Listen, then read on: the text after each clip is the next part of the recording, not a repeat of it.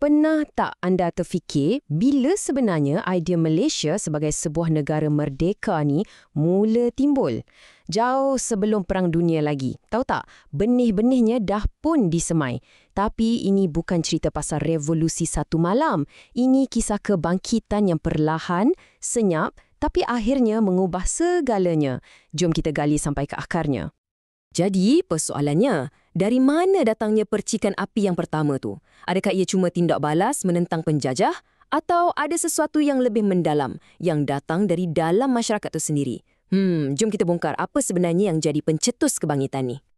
Okey, bahagian pertama kita mulakan dengan percikan sebuah kesedaran. Cuba bayangkan, ini bukan macam satu letupan besar tau. Ia lebih kepada bara api yang menyala. Sikit demi sikit, makin lama makin panas, didorong oleh tekanan dari luar dan kesedaran yang mula tumbuh dari dalam. Ada dua tarikh penting yang jadi titik tolak kat sini. Mula-mula, tahun 1874. Waktu ni, campur tangan British dah mula tanam benih rasa tak puas hati. Tapi, dekat 30 tahun kemudian, pada 1906, sesuatu yang sangat berbeza berlaku. Senjata kali ni bukan lagi parang atau keris, tapi idea. Pelajar-pelajar yang balik dari luar negara bawa pulang senjata paling power. Satu cara pandang yang baru. Jadi, apa ramuan sebenar untuk kebangkitan ni? Okey, bayangkan macam ni. Pertama, campurkan rasa tak puas hati pada British. Kedua, tambah sikit kesedaran yang pahit, yang orang Melayu dah mula ketinggalan. Lepas tu, curahkan pula percikan idea-idea baru dari luar. Dan apa yang jadi gam yang satukan semua ni?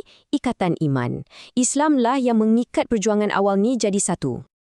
Kalau tadi kita cakap pasal bara api kan, setiap api perlukan bahan bakar untuk terus menyala.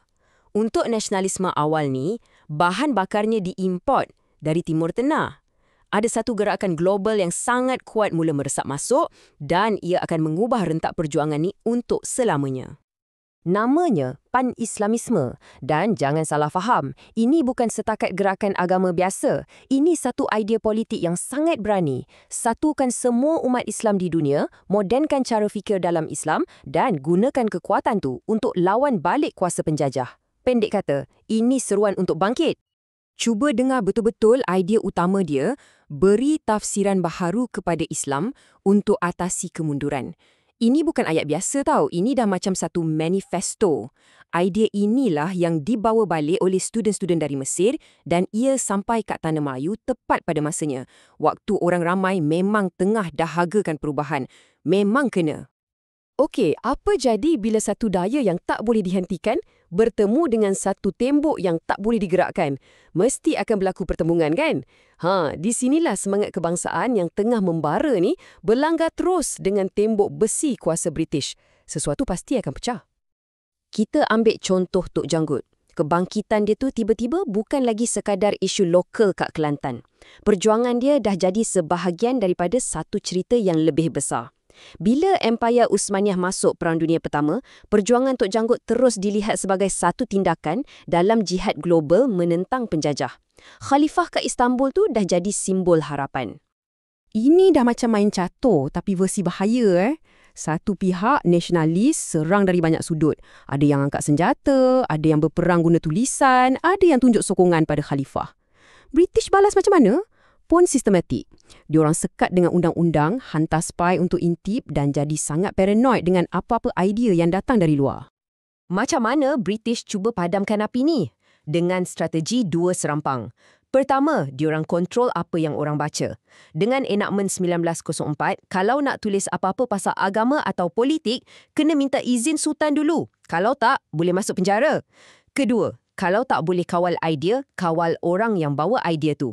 Jadi, diorang tubuh jabatan risikan khas dengan satu je matlamat. Perhatikan setiap pergerakan mereka. Tapi kan, yang menariknya pasal idea ni, lagi kuat kita tekan, lagi dia cari jalan nak keluar.